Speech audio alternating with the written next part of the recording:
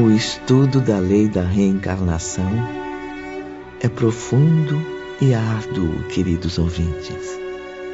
Ao mesmo tempo, é também singelo e de fácil compreensão, uma vez que esclarece muitos problemas da humanidade. Sim, a profundidade das leis divinas pode mesmo apavorar espíritos ainda não preparados para sua compreensão. Mas a justiça que sobressai dessas leis é tão sábia e misericordiosa que, se examinarmos bem, o pavor se transformará em respeitosa admiração. Por isso mesmo, no gabinete de irmão Miguel, todos estavam curiosos. Os aprendizes queriam saber o que a filha de Jerônimo havia cometido na encarnação anterior. E Camilo voltou a insistir. Poderia dar-nos uma pequena amostra do que o espírito da jovem praticou em vidas passadas, irmão Miguel? Por mais incrível que possa parecer, em vidas antecedentes, em mais de uma existência terrena, o espírito que agora conhecem pelo nome de Margarida Silveira andou reencarnando em corpos masculinos. Como? Não compreendo, irmão Miguel. Minha menina, tão delicada, tão feminina. Existindo como homem, abusou da liberdade e dos privilégios que a sociedade terrena concede aos indivíduos de sexo masculino. Creio que começo a compreender, meus amigos. Como homem, levou a desonra a lares respeitáveis. Humilhou donzelas confiantes. Espalhou o fel da prostituição em torno de seus passos. Desgraçou destinos que pareciam felizes. Enfim, foi destruidor de muitas esperanças. Mas veio um dia em que a suprema lei, que não quer a destruição do pecador, mas que ele vive e se arrependa, impediu-o de continuar a agir contra os deveres sagrados. Depois... Pelo que aprendi, a lei da ação e reação foi aplicada novamente. Sim, Camilo. E como sempre, com extrema justiça e misericórdia. A lei suprema cassou-lhe a liberdade. Impôs-lhe novas oportunidades para se redimir, induzindo-o a renascer em um corpo feminino. Compreendo. A fim de provar do mesmo fel que destilou e impôs a tantas vítimas. Exatamente, Jerônimo.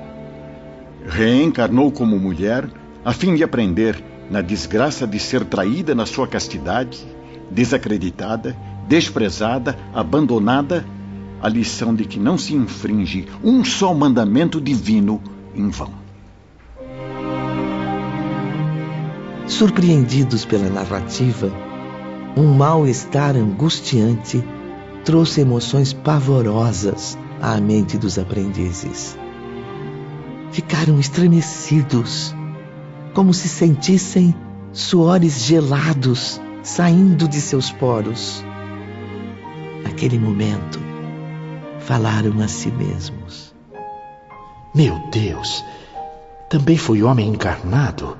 Também agi muitas vezes movido pelos mesmos baixos instintos.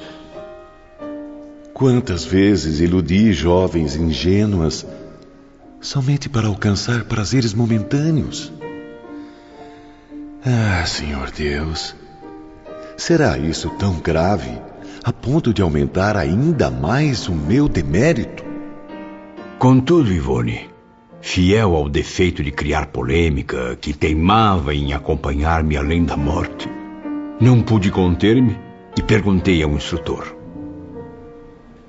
Se foi assim, como Jerônimo pôde ser o responsável pelas desgraças da filha? Ah, meu amigo, bastaria uma pequena dose de raciocínio para compreender que, mesmo assim, a consciência de Jerônimo não deixará de acusá-lo. Mas o que tem ele a ver com as provações da jovem? Ensinou Jesus. O escândalo há de vir, mas ai daquele por quem o escândalo venha. Margarida Silveira tinha reparações a realizar, é certo. Mas, infelizmente, o suicídio de seu pai, desamparando-a, foi o que a levou a se envolver nos tristes acontecimentos. A dívida tenebrosa de Margaridinha com suas vidas passadas deveria ser resgatada através do tempo. Poderia, quem sabe, nem ser obrigatória para a existência atual, permanecendo pendente de ocasião oportuna. O livre-arbítrio de Jerônimo, no entanto, levando-o a cometer suicídio, precipitou consequências que bem poderiam deixar de pesar sobre seus ombros. O jovem doutor Roberto está com toda a razão. O que me diz, caro amigo, de um homem que se torne causa da morte trágica de um ser amado, mesmo que não tivesse tal intenção? Por acaso não sofreria? Não viveria corroído de remorsos o resto dos seus dias, amargurado para sempre? Margaridinha deveria resgatar os erros do passado, é certo. Mas não seria necessário que sua desgraça fosse ampliada por um ato irresponsável do próprio pai. Porém, uma vez que a jovem não era adepta do vício, ansiando por libertar-se dele, tornou-se fácil para nós ajudá-la a reerguer-se, convencê-la à regeneração.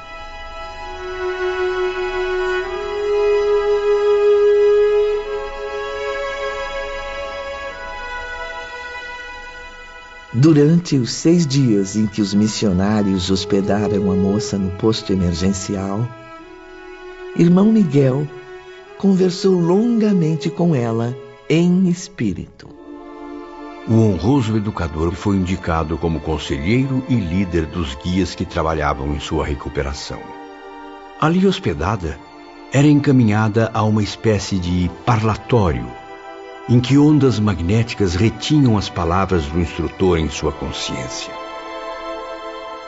As mensagens de irmão Miguel agiam firmemente sobre a memória de Margarida, levando-a a reunir no subconsciente as recomendações que ele fazia. E isso era extremamente importante, Ivone. Afinal, o objetivo era que ela, ao despertar, recordasse o que conviesse ao tratamento espiritual. Vamos acompanhar agora um dos comoventes encontros entre a filha de Jerônimo, ainda fisicamente desacordada, e seu caridoso conselheiro espiritual. Repouse, minha filha. Está agora sob a proteção de Maria de Nazaré, a quem deve e precisa orar sempre. Louvada seja a Mãe de Jesus. A oração é e sempre será a força redentora capaz de arrancar seu espírito das trevas, guiando-o para a reabilitação. Infelizmente, temos pouco tempo, mas prometo fazer o possível para que absorva a luz da educação moral religiosa. Fico muito grata, irmão. Nunca tive a oportunidade de receber ensinamentos tão proveitosos. Conhecerá os deveres estabelecidos pelo Criador Supremo nas leis que devem reger o universo. Jamais se esqueça, minha jovem, de que encontrará a fortaleza de ânimo no amor de Jesus Cristo. É nele que estão os bálsamos que irão suavizar sua infelicidade. Tenho fé.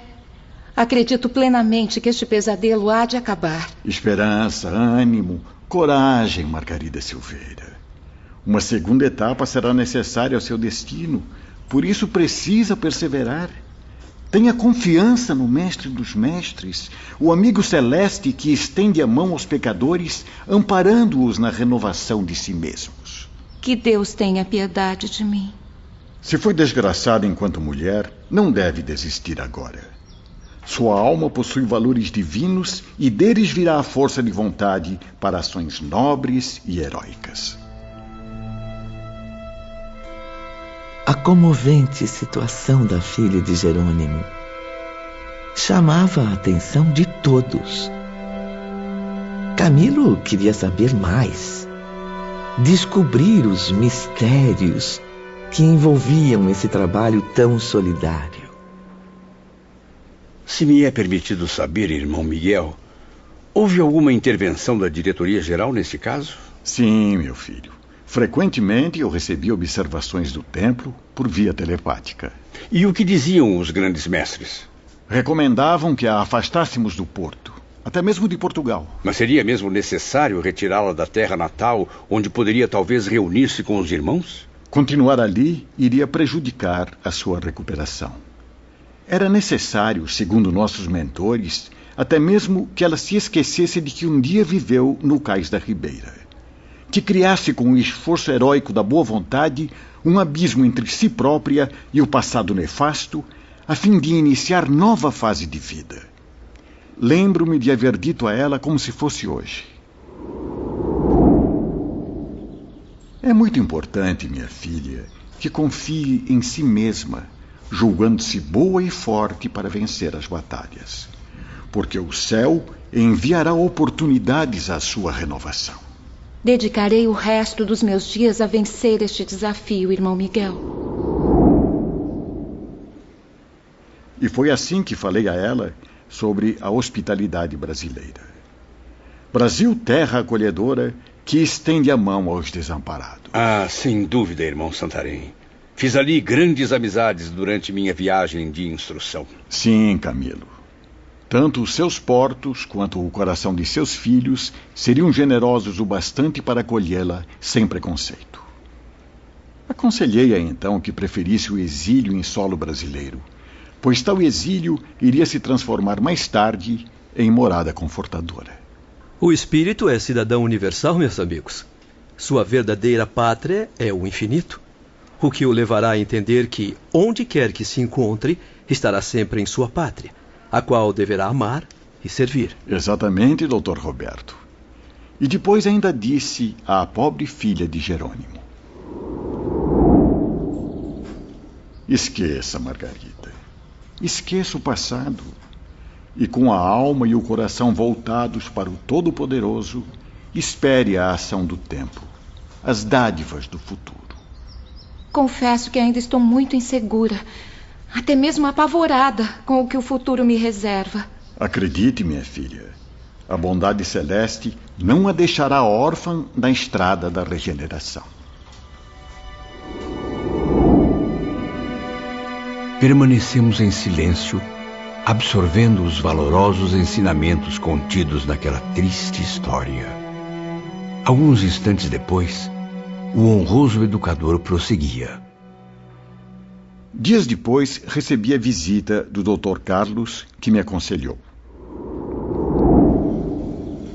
convém despertar a jovem, fazer seu espírito voltar ao corpo carnal, a fim de continuar as tarefas da existência. Como realmente não estava doente, o despertar ocorreu de forma natural sob nossa assistência cuidadosa. Era como se ela retornasse de um sono prolongado e tranquilo.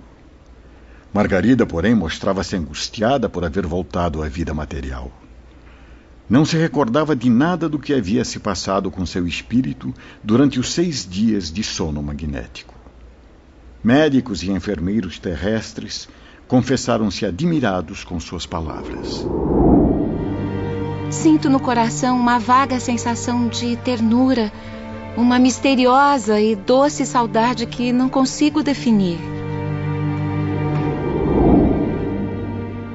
Após dias de ansiosa espera, encontramos Margarida junto às companheiras de enfermaria às vésperas de receber alta. Por que chora, minha jovem? Deveria estar feliz. Afinal, segundo os médicos, você nasceu outra vez. Preciso muito viajar a Lisboa à procura de minha irmã. Mas com que recursos, meu Deus? Você é uma moça prendada. Certamente conseguirá emprego como criada em alguma residência. Será mesmo? Eu não creio, pois, como já disse às senhoras, meu passado está marcado por uma infeliz reputação. Que esposa de família honesta daria emprego a uma ex-peixeira do cais, envolvida nos piores antros do pecado? Margarida tem razão. Eu mesma já vivi esse preconceito na juventude. Vaguei anos a viver de esmolas até conseguir uma mão caridosa que me tratasse com dignidade. Pena que a doença tomou conta de mim. Não desanimemos. Já que a nós, velhas enfermas, cabe somente esperar o dia do encontro com o Criador, ao menos tentemos fazer algo por esta jovem, ainda com tanta vida pela frente.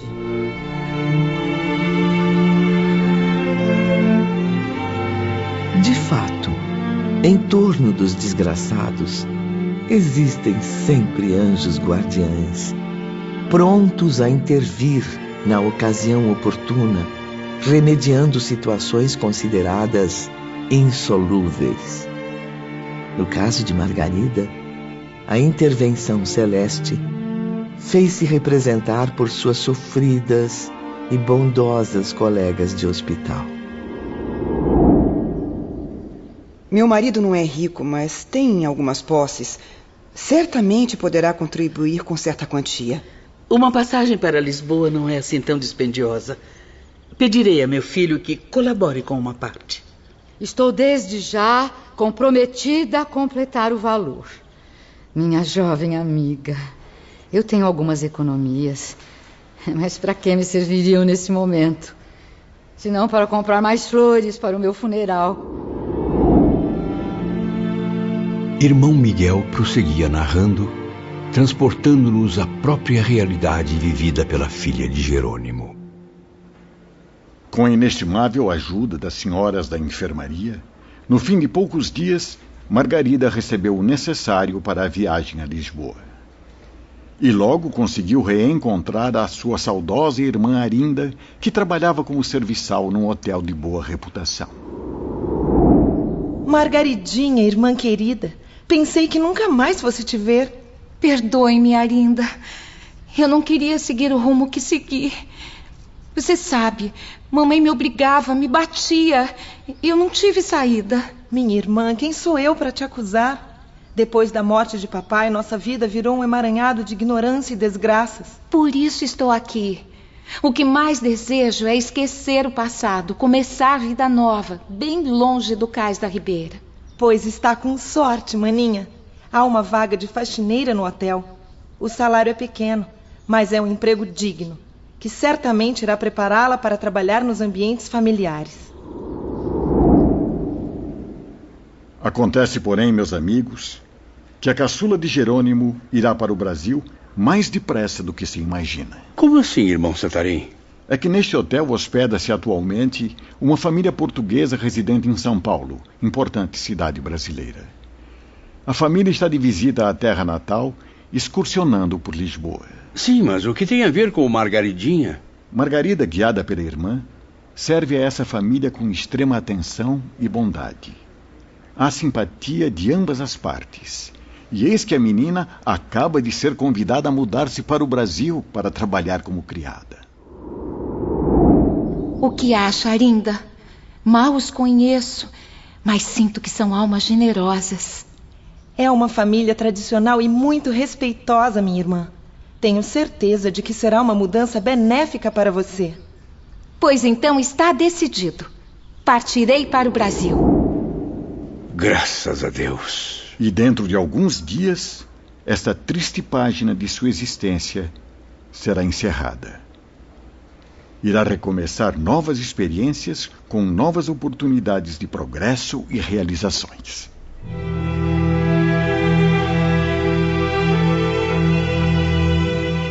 Os aprendizes entreolharam-se ansiosos, como num único desabafo, detendo-se a fitar Jerônimo com muita compaixão. O comerciante de vinhos, porém, permanecia cabisbaixo, concentrado em pensamentos profundos. De repente, em meio ao silêncio absoluto, uma voz interrogou sinceramente interessada. E Albino, irmão Miguel? Certamente o céu concedeu-lhe também alguma dádiva.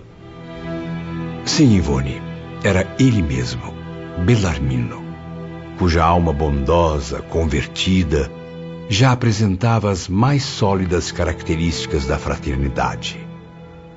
Albino?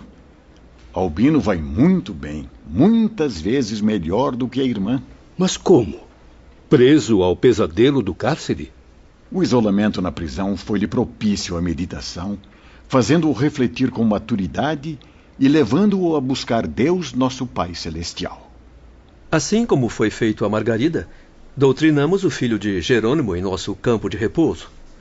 O rapaz aceitou facilmente nossos conselhos, professor Bellarmino, compreendendo que a punição era justa, pois realmente havia errado perante a sociedade. Albino dedicou-se a leituras e estudos educativos, guiado de perto por um médium de nossa confiança, chamado Fernando. Mas como o presidiário teve acesso ao tratamento de um médium? Fernando trabalha na própria inspetoria de polícia e é um adepto da terceira revelação. Dentre os inúmeros atos generosos que vem evidenciando como espírita cristão, destacamos seu interesse pelos encarcerados, os quais procura ajudar e servir. Leva aos condenados um raio de bondade em cada visita que lhes faz. Acalma a revolta desses homens com a suavidade fraterna da sua palavra inspirada em Deus, oferecendo-lhes mensagens regeneradoras. Irmão Miguel expunha a todos como Albino sentia-se atraído pelos ensinamentos do Evangelho do Cristo. Era como se descobrisse um mundo novo, uma nova era que surgiria em sua vida de rapaz desamparado. Vamos então acompanhar um dos inesquecíveis diálogos entre o filho de Jerônimo e o caridoso médium. Na cela úmida e escura, os olhos grandes e sonhadores de Fernando iluminavam os pensamentos de Albino. Estou muito comovido com a sua história, meu amigo. Percebo cada vez mais que é vítima, não criminoso. Mesmo assim, Fernando, nada justifica os meus erros, dos quais estou profundamente arrependido. Inspire-se em Deus, Albino. A espiritualidade será seu escudo protetor na caminhada redentora. Basta orar com boa vontade, acreditar que não está sozinho. E a justiça divina há de ser feita, meu amigo. É o que mais faço na solidão do cárcere. Elevar os pensamentos a Deus, na esperança de um futuro feliz. Fique tranquilo. Farei o possível para abrandar seu sofrimento. Até breve, Albino. E Fernando cumpriu o prometido, meus caros. Possuindo relações de amizade com a alta nobreza, obteve as atenções de Sua Majestade a Rainha Dona Amélia para o filho do nosso suicida. Fez a nobre senhora compreender a situação de Albino, um órfão desamparado, a quem inexperiência e seduções maléficas haviam infelicitado, mas que ainda poderia ser ajudado, tornar-se útil à sociedade com um pouco de proteção e ajuda fraterna. E então o jovem foi libertado. Aqui em nosso instituto, sabe-se que essa ilustre dama da sociedade terrena é muito generosa e compadecida. Por sua vez, para o progresso espiritual de Albino, segundo as instruções que recebemos de esferas superiores, não seria necessário que permanecesse ainda por 3 anos na prisão. No momento, unimos forças ao nosso bondoso médium a fim de conseguirmos a remoção do prisioneiro para a África, onde ficará em liberdade. Perdão, respeitável Santarém. Eu preferiria que Albino fosse encaminhado para o estrangeiro, para o Brasil, por exemplo, a segunda pátria dos portugueses, onde gostamos tanto de viver e também de morrer quando deixamos Portugal. Pobre Albino, a África, inabitável e cruel. Não, meu amigo Mário Sobral. Albino ainda precisa ser mantido em custódia, terrena ou espiritual, por parte dos que zelam por seu futuro. No Brasil encontraria muitas facilidades que poderiam afastá-lo do caminho de correções e graças. Teria liberdade excessiva, pois a grande hospitalidade brasileira não é o que lhe convém no momento. Certamente o arrastaria a desvios prejudiciais, pois ainda se encontra muito fraco para vencer tamanhas tentações. A severidade africana será mais propícia aos interesses espirituais dele. Acreditem, meus filhos, há mais caridade encaminhando-o para ali do que para lugares onde ele teria dificuldade para progredir. Mas em que região da África ele permanecerá? Estamos na expectativa de que Albino vá para Lourenço Marques, em Moçambique, colônia portuguesa. Jerônimo, suas preces foram atendidas. Louvada seja Maria de Nazaré, cuja intervenção foi indispensável. Venha cá, dê-me um abraço. Obrigado. Muito obrigado, meus amigos. E agora, meu caro, resolvidos os problemas com os filhos queridos, não se sentirá por acaso mais sereno a fim de cuidar do próprio futuro? Sim, sim. Não ficará feliz sabendo que o herdeiro do seu nome está prestes a poder servir honradamente a sociedade? Claro, claro. Não irá sorrir resignado, sabendo que sua Margaridinha foi recebida no seio de uma família respeitável, sob a luz da Virgem Maria? Sim, claro. Sim, Jerônimo. Deverá estar muito alegre. Nossos parabéns, meu amigo. É verdade, Camilo. Os benefícios que recebi foram tão vastos que jamais poderei agradecer à altura.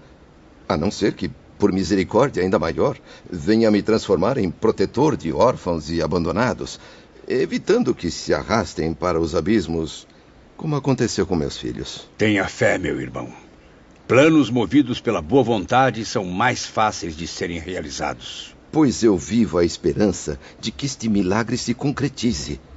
Aprendi com os mestres dessa casa que o espírito vive sobre a terra vidas sucessivas, nascendo e renascendo em formas humanas, quantas vezes sejam necessárias ao seu desenvolvimento. Espero, portanto, ser um benfeitor na terra um dia, com outra forma humana que me seja concedida.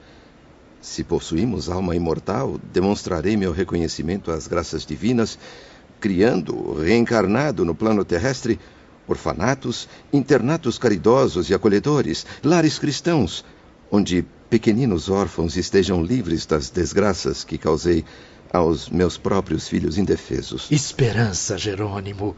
Estaremos sempre orando por você. Sim, estou reconfortado, agradecido e esperançoso.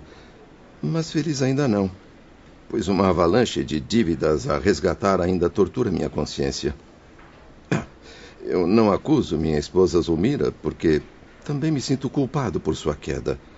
A pobreza, as privações e a fome torturadora foram carrascos que a perseguiram e a derrubaram, encontrando-a sem força moral para resistir a tantas provações.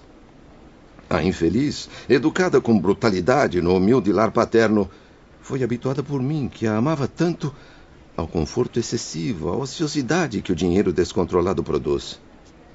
Se eu, o pai de família, a quem cabia o dever sagrado de velar pelo futuro familiar, educando, defendendo, honrando meus filhos, fraquejei desastrosamente. Se eu, o chefe natural, que perante os homens casados e perante Deus Pai, comprometi-me a conduzir meu rebanho à felicidade, abandonei-o às crueldades mundanas, escondendo-me sob o túmulo cavado pela covardia de um suicídio. De quem mais seria esse dever, meus amigos? O que Jerônimo diz faz sentido. Que poderia fazer a pobre Zulmira para que vencesse a desgraça, defendendo e honrando 4 filhos pequenos? Seria preciso, Mário, que ela já vivesse sob a luz de princípios elevados, sob a orientação cristã, como tantas vezes dissemos ao amigo Jerônimo, inconformado com a conduta da esposa. Zulmira, assim como eu, ignorava até mesmo se na realidade era filho de Deus. Agora, meus companheiros, mais do que nunca, a oração é meu conforto, assim como os estudos para que eu receba um novo corpo terreno. Rendo graças a Deus por tudo isso, Camilo, pois já é muito para quem absolutamente nada fez para merecer tanta misericórdia. E agora, irmão Miguel? Podemos saber o que está planejado para o nosso caro Jerônimo?